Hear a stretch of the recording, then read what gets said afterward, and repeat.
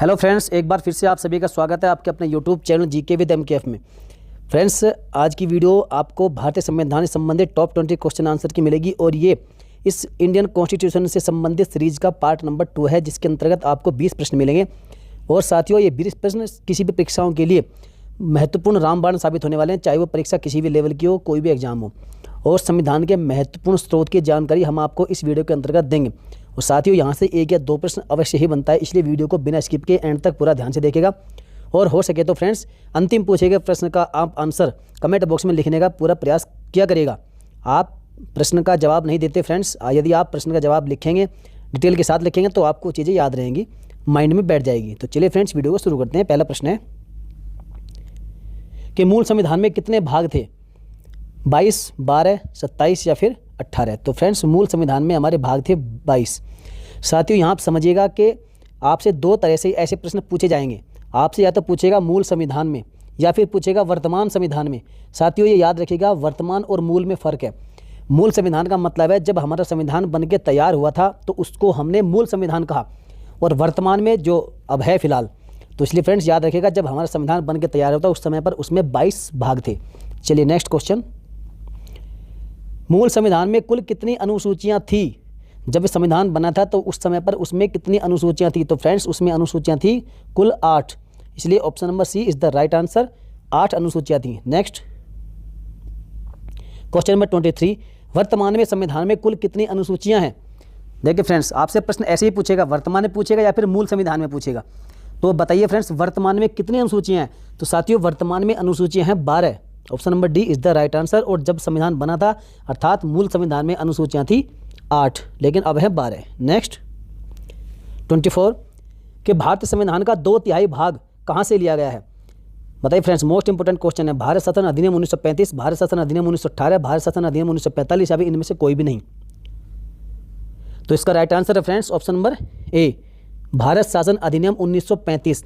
साथियों, इसी अधिनियम के तहत ही भारत संविधान का जो 2/3 भाग है फ्रेंड्स, वो इसी अधिनियम से लिया गया है। नेक्स्ट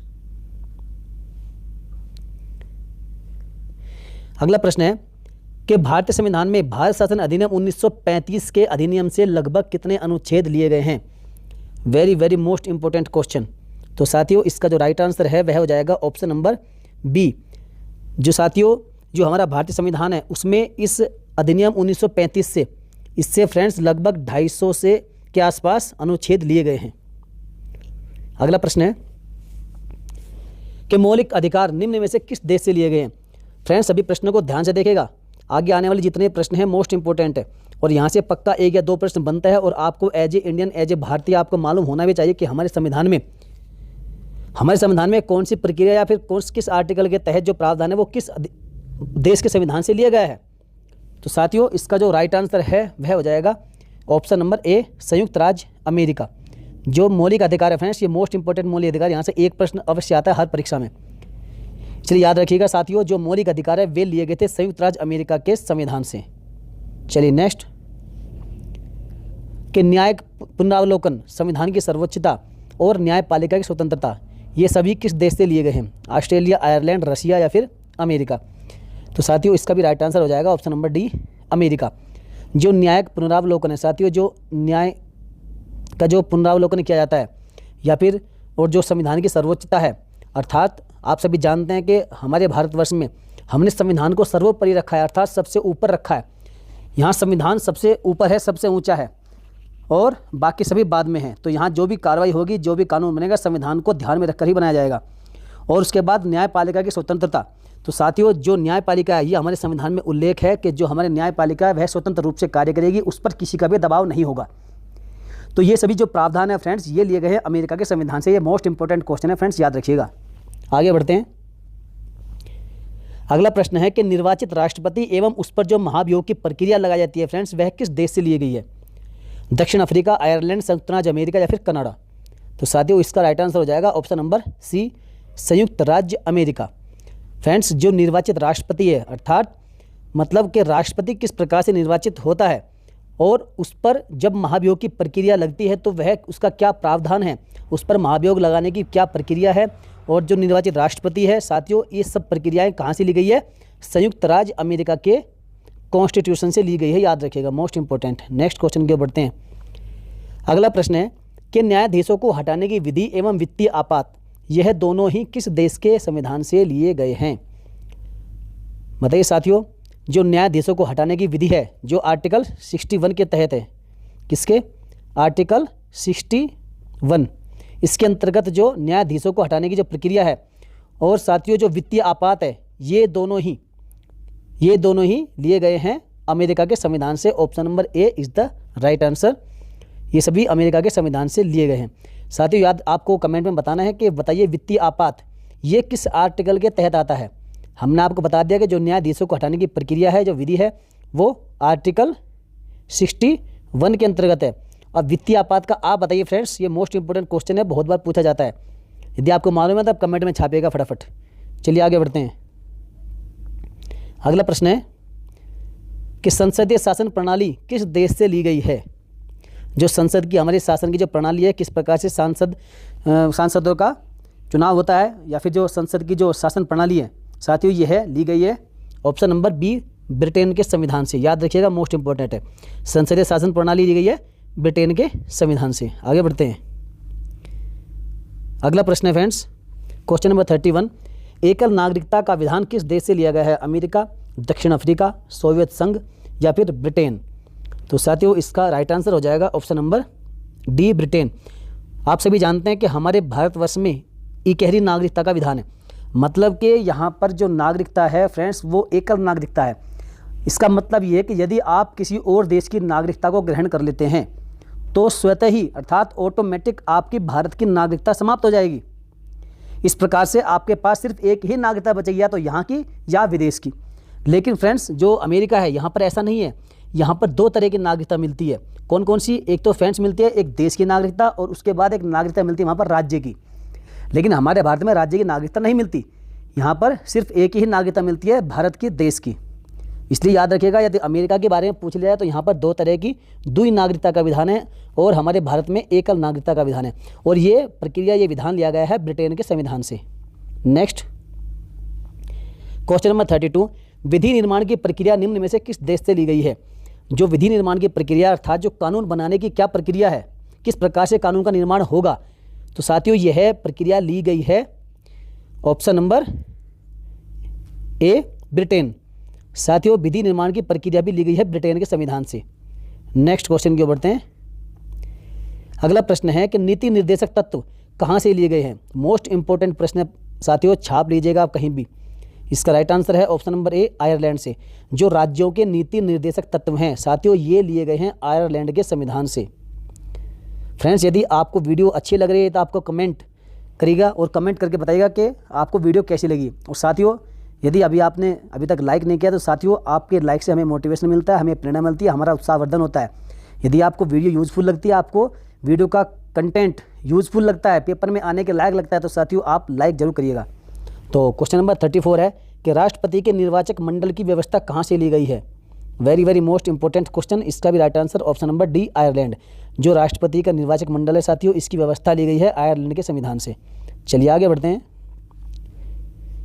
अगला प्रश्न है कि प्रस्तावना की भाषा किस देश से ली गई है? साथियों प्रश्न को समझने का प्रयास कीजिएगा। यहाँ प्रस्तावना नहीं पूछा गया, प्रस्तावना की भाषा पूछी गई है, अर्थात उसकी लैंग्वेज किस देश से ली गई है।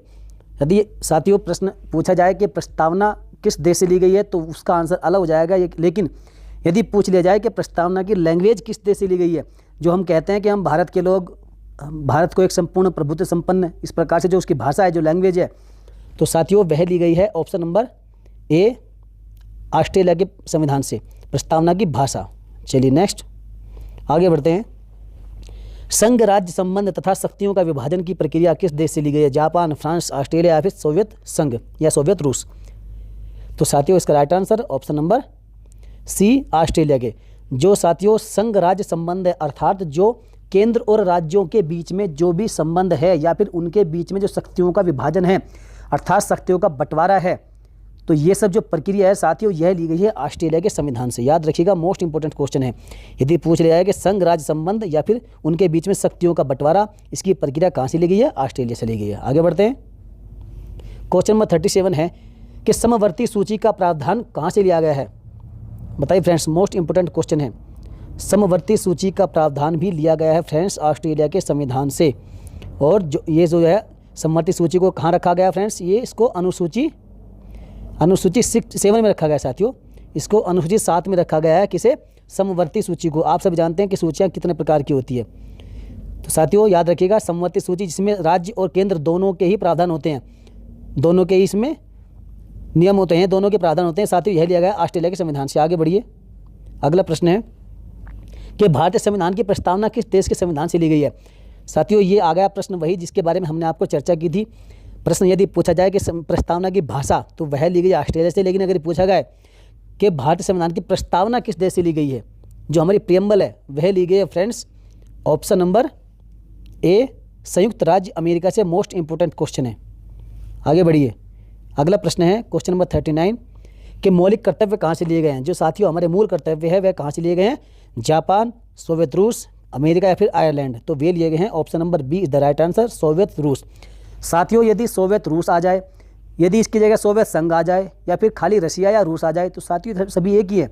आप कंफ्यूज बिल्कुल मत होइएगा। इसका right answer option number B, Soviet रूस। नेक्स्ट क्वेश्चन, आगे बढ़ते हैं। क्वेश्चन नंबर 40 कि संविधान संशोधन की प्रक्रिया किस देश से ली गई है, दक्षिण अफ्रीका, जर्मनी, कनाडा या फिर इनमें से कोई नहीं। मोस्ट इंपोर्टेंट क्वेश्चन, संविधान संशोधन की प्रक्रिया किस आर्टिकल के तहत साथियों, तो वह है आर्टिकल है, ये भी याद रखिएगा फ्रेंड्स, मोस्ट इंपोर्टेंट आर्टिकल है ये 368।